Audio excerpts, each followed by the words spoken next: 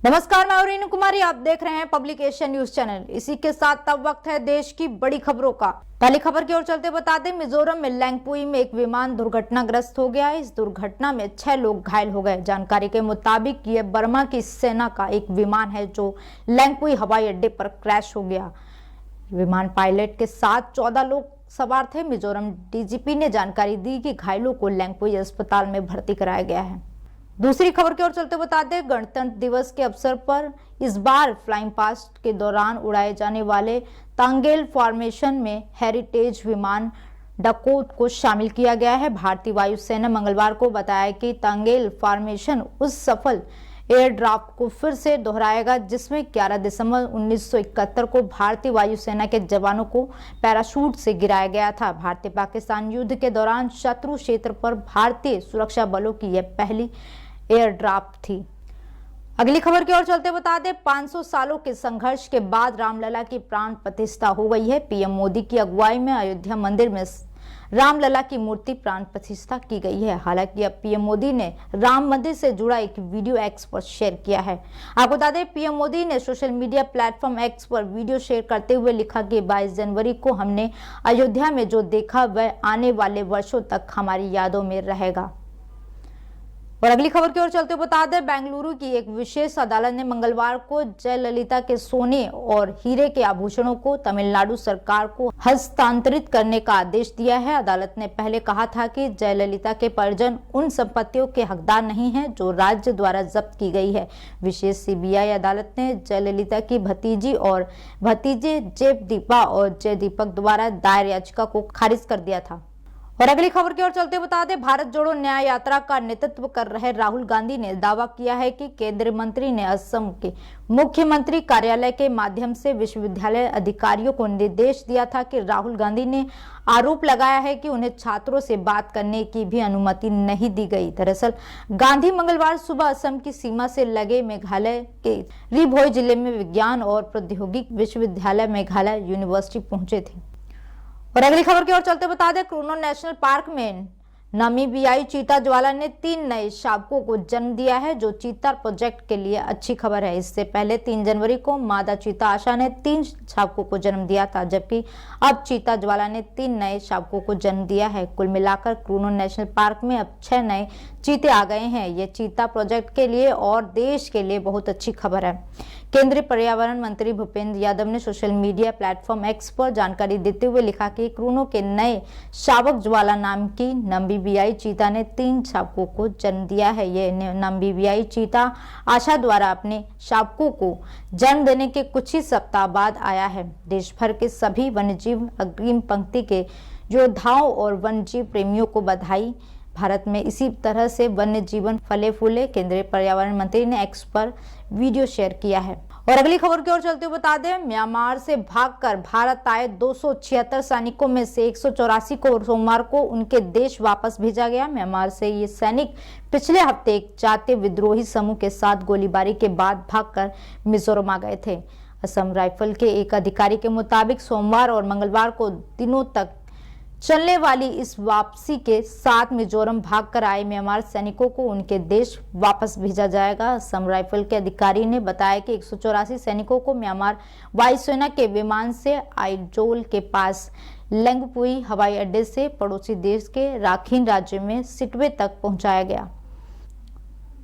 और अगली खबर की ओर चलते बता दें, सुप्रीम कोर्ट ने सोमवार को लंदन प्राइवेट ट्रेडमार्क के तहत विस्की बनाने और बेचने वाली मध्य प्रदेश की कंपनी को यह बताने का निर्देश दिया है कि क्या वह अपने उत्पाद की साज सज्जा और रंग बदलने को तैयार है। न्यायालय ने शराब उत्पादक Pernod record India private limited के ब्लेडन प्राइवेट और इंपीरियल ब्लू विस्की से मिलता जुलता उत्पाद होने की वजह से लंदन प्राइवेट निर्माता जेके इंटरप्राइजेज को यह निर्देश दिया है। और अगली खबर की ओर चलते बता दें, धूम धड़ाके और पानी की तरह रुपए बहाकर होने वाली खर्चीली शादियों से सब लोग वाकिफ हैं। वहीं कुछ ऐसी भी शादियां होती है जो न केवल समाज को अच्छा संदेश देती है बल्कि इतिहास भी बन जाती है। ऐसे ऐतिहासिक पलों के साक्षी बने लोग खुद को भी खुशनसीब मानते हैं। ऐसी शादी लाखों में एक होती है। ऐसी ही एक शादी सोमवार की रात भी हुई जहाँ 2 दिलों ने परिणम सूत्र में बंधने के लिए पहले कुछ ऐसा किया कि दोनों ही समाज के लिए अनुकरणीय उदाहरण बन गए। उनके इस कार्य में बाराती और सराती दोनों पक्ष के लोगों ने दिल खोल कर साथ दिया और वह भी इस ऐतिहासिक पल के गवाह और किरदार बन गए। किरदार बनकर उन्होंने भी गर्व का अनुभव किया। दरअसल ये अनूठी और अपने आप में ऐतिहासिक रचने वाली शादी बिहार के औरंगाबाद के हसनपुरा में संपन्न हुई है। ये शादी अनीश केशरी और सिमरन केशरी की है। इस शादी के सभी रस्म रिवाज परंपराएं सब कुछ आम ही है, लेकिन इस दौरान कुछ ऐसा हुआ कि ये शादी खास बन गई। और अगली खबर की ओर चलते बता दें, एम्स की ओपीडी में इलाज के लिए पहुंचने वाले मरीजों के लिए करीब 16 करोड़ की लगभग से नया वेटिंग हॉल बनेगा। एम्स ने इसके निर्माण की जिम्मेदारी HSCC को सौंपी है। HCC ने इसके निर्माण के लिए टेंडर प्रक्रिया शुरू की है। टेंडर आवंटन के बाद 6 माह में यह वेटिंग हॉल बनकर तैयार होगा। इसलिए उम्मीद है कि इस वर्ष के अंत तक यह वेटिंग हॉल तैयार हो जाएगा। और अगली खबर की ओर चलते बता दें, जालंधर लुधियाना हाईवे पर देर रात गोरैया के पास सड़क हादसे में 2 युवकों की मौत हो गई। जैसे ही मर्सिडीज ने बाइक सवारों को टक्कर मारी, दोनों घसीटते चले गए। इस कारण बाइक की टंकी से तेल निकलने के बाद मोटरसाइकिल को आग लग गई। दोनों युवक जिंदा जल गए। चालक कार छोड़कर फरार हो गया। वहीं मृतकों के शवों को शवगृह में रख दिया गया है। और अगली खबर की ओर चलते बता दें, कैथल में गलत तरीके से एक दुकान की रजिस्ट्री करवाने का मामला सामने आया है। गांव चदाना निवासी यशपाल की शिकायत पर तत्कालीन तहसीलदार रोशनलाल, शिमला रानी, अनीता, मदनलाल, स्वीन गुप्ता, दयावती, गौरव गुप्ता और नीरू बुलावटी के विरुद्ध सिविल लाइन थाना में केस दर्ज किया गया है। और अगली खबर की ओर चलते बता दें, अयोध्या राम मंदिर में रामलला की प्राण प्रतिष्ठा के अवसर पर पूरा देश राममय दिखा। इस दौरान भाजपा सांसद निशिकांत दुबे भी देवघर में बाबा वेदनाथ में आयोजित दीपोत्सव में शामिल होने पहुंचे। उन्होंने कहा कि अयोध्या में श्री राम के विराजने के पीछे भगवान शिव की ही शक्ति है। उन्होंने ये भी कहा कि प्रधानमंत्री मोदी भी भोलेनाथ के बहुत बड़े भक्त हैं। और अगली खबर की ओर चलते बता दें, कांग्रेस की न्याय यात्रा को लेकर छत्तीसगढ़ में सियासत शुरू हो गई है। भूपेंद्र बघेल बोले कि असम के लिए निकल रहा हूं। आगे बोले कि हिमंता बिस्वा शर्मा डरपोक हैं। इसका अनुभव मैंने असम विधानसभा चुनाव में पर्यवेक्षण के रूप में कार्य करते हुए ही कर लिया था। राहुल गांधी को मिल रहे अपार जन समर्थन से घबराकर उन्हें रोकने की कोशिश उनकी हताशा और डर को दर्शाता है। और अगली खबर की ओर चलते बता दें, मध्य प्रदेश में दबंग अधिकारियों पर मोहन सरकार का एक्शन जारी है। उमरिया जिले में युवकों को पीटने वाले एसडीएम को सीएम मोहन यादव ने सस्पेंड कर दिया है। मुख्यमंत्री ने कहा कि युवकों के साथ की गई मारपीट दुर्भाग्यपूर्ण है। बांधवगढ़ के एसडीएम को निलंबित करने के निर्देश दिए गए थे। अब एक नजर डालते हैं दुनिया की बड़ी खबरों पर। रूस यूक्रेन के बीच यूक्रेन के एक सैन्य अधिकारी ने दावा किया है कि रूस ने कीव और उसके आसपास के क्षेत्रों पर मिसाइल हमला किया है। ये हमला कीव और खार्किव शहरों पर किया गया है। इस हमले में कम से कम 3 लोगों की मौत हो गई है और कई अन्य घायल हो गए हैं। साथ ही कई इमारतों को भी नुकसान पहुंचाया है। और अगली खबर की ओर चलते बता दें, अमेरिका के इलिनोइस प्रांत के शिकागो के उपनगर में 3 जगह पर गोलीबारी कर एक बंदूकधारी ने 8 लोगों की हत्या कर दी। बाद में टेक्सास में कानून प्रवर्तन अधिकारी के साथ मुठभेड़ में उसने खुद को गोली मार ली। पुलिस ने उसकी पहचान 23 वर्ष रोमियो नेस के तौर पर की है। एक फेसबुक पोस्ट में पुलिस ने लिखा कि बंदूकधारी ने जोलीट शहर और व्हील काउंटी में वारदातों को अंजाम दिया। इसके बाद टेक्सास में कानून प्रवर्तन अधिकारी के साथ मुठभेड़ में उसने खुद को गोली मार ली। हमलावर 23 वर्षीय रोमियो नेस है। पुलिस ने फरार नेस को टेक्सास में नतालिया के पास खोजा था। पुलिस ने कहा कि हत्याओं का मकसद फिलहाल स्पष्ट नहीं है, लेकिन हमलावर नेस पीड़ित को पहले से ही जानता था। और अगली खबर की ओर चलते बता दें, इजराइल सेना ने कहा कि मध्य गाजा में एक हमले में 10 सैनिक मारे गए हैं। इजराइल मीडिया का कहना है कि सैनिक सोमवार को मध्य गाजा में 2 घरों को ध्वस्त करने के लिए विस्फोटक तैयार कर रहे थे। तभी एक आतंकवादी ने पास के एक टैंक में रॉकेट चालित ग्रेनेड दागा, जिसकी वजह से हुए विस्फोट में इजराइल सेना के 10 सैनिक मारे गए। और अगली खबर की ओर चलते बता दें, पाकिस्तान मुस्लिम लीग नवाज के प्रमुख और पूर्व पीएम नवाज शरीफ ने पाकिस्तान के हालात को लेकर बड़ा बयान दिया है। पूर्व पीएम ने कहा कि पाकिस्तान को पटरी पर लाना आसान काम नहीं होगा। नवाज शरीफ ने इमरान खान की पार्टी से भी सवाल पूछा। उन्होंने कहा कि अपने शासन के दौरान उन्होंने देश की जनता के लिए क्या किया है।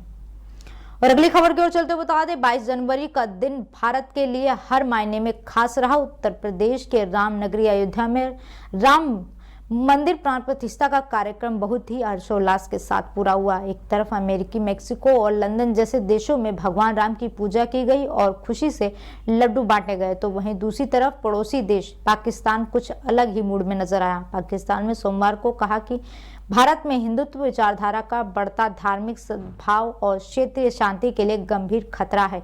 इसके अलावा पाकिस्तान ने भारत सरकार से मुसलमानों सहित धार्मिक अल्पसंख्यकों और उनके पवित्र स्थानों की सुरक्षा सुनिश्चित करने को भी कहा। अब एक नजर डालते हैं खेल की बड़ी खबरों पर। भारतीय टीम के पूर्व कोच रवि शास्त्री को बीसीसीआई के लाइफ टाइम अचीवमेंट अवार्ड से, जबकि शुभम गिल को cricket of the year award से सम्मानित करेगा। बीसीसीआई अवार्ड मंगलवार को प्रदान किए जाएंगे। इसका आयोजन 2019 के बाद पहली बार किया जाएगा। कार्यक्रम में भारत और इंग्लैंड की टीम उपस्थित रहेगी। और अगली खबर की ओर चलते हुए बता दें, अयोध्या में प्रभु श्री राम अपने मंदिर में 22 जनवरी को विराजमान हो गए हैं। पूरे देश में दीप जलाकर उनके स्वागत में जश्न मनाया है। वहीं रामलला के प्राण प्रतिष्ठा में कई हस्तियां शामिल हुई, जिसमें से क्रिकेट के जगत के सचिन तेंदुलकर, रविंद्र जडेजा नजर आए। वहीं एक वीडियो वायरल हुआ है जिसमें विराट कोहली भी प्राण प्रतिष्ठा के लिए अयोध्या पहुंचे हैं, लेकिन उनकी कोई पूरी तस्वीर सामने नहीं आई है। लेकिन इस बीच एक वीडियो वायरल हो रहा है जिसमें किंग कोहली का हमशक्ल महफिल लूटते हुए नजर आ रहा है। अयोध्या की जनता किंग कोहली के हमशक्ल को कोहली समझकर उनके साथ सेल्फी लेने के लिए काफी ज्यादा बेताब दिखी। और अगली खबर की ओर चलते हुए बता दें, जॉनसन चार्ल्स की तूफानी पारी की बदौलत शारजाह वॉरियर्स ने सोमवार को IL T20 में दुबई कैपिटल्स को 5 विकेट से मात दी है। और अगली खबर की ओर चलते बता दें, लंबे समय के इंतजार के बाद महिला प्रीमियर लीग 2024 के शेड्यूल का ऐलान हो चुका है। टूर्नामेंट के पहले मैच में हरमनप्रीत कौर की कप्तानी वाली मुंबई इंडिया की भिड़ंत दिल्ली कैपिटल्स के साथ हो गई। दूसरे मैच में रॉयल चैलेंजर्स बैंगलोर टीम अपने अभियान का आगाज यूपी वॉरियर्स के खिलाफ करेगी। टूर्नामेंट का खिताब मुकाबला 17 मार्च को खेला जाएगा।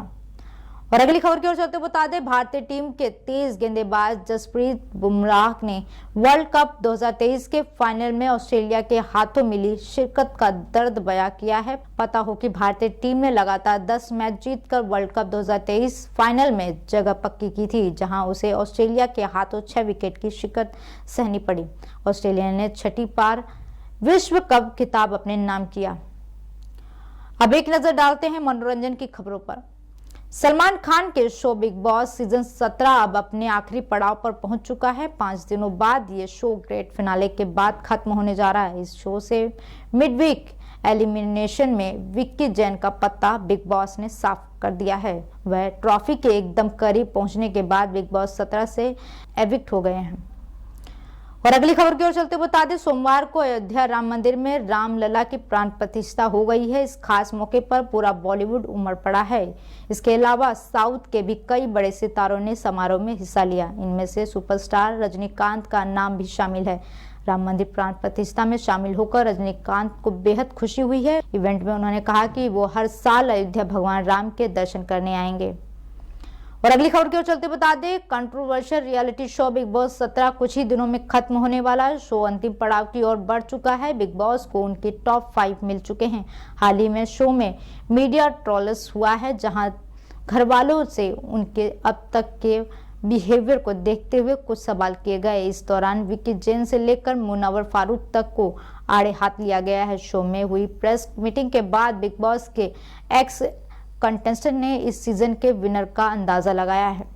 और अगली खबर की ओर चलते बता दें, कंगना रनौत की फिल्म इमरजेंसी में हिंदी सिनेमा के कई बहुप्रतिभाशाली कलाकार अहम भूमिका निभाते हुए नजर आने वाले हैं। इस फिल्म की ऑन शूट की गई फोटोज कंगना ने अपने सोशल मीडिया पर शेयर किया है। उन्होंने अपने आधिकारिक इंस्टाग्राम पर एक नया पोस्ट शेयर किया है। इस फोटो को शेयर करते हुए कंगना ने कैप्शन में लिखा है, इंडिया के सबसे भयानक समय के पीछे की कहानी पर से अब पर्दा उठेगा। ये फिल्म 14 जून 2024 को सिनेमाघरों में रिलीज हो रही है।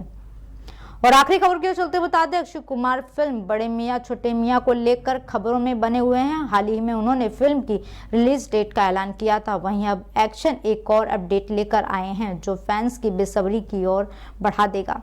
बड़े मियां छोटे मियां में अक्षय कुमार के साथ एक्शन स्टार टाइगर श्रॉफ भी शामिल हैं। फिल्म में दोनों मिलकर एक्शन और मस्ती का तड़का लगाते हुए नजर आएंगे। ऐसी ही देश दुनिया की तमाम जानकारी के लिए जुड़े रहें पब्लिक एशिया न्यूज से। नमस्कार।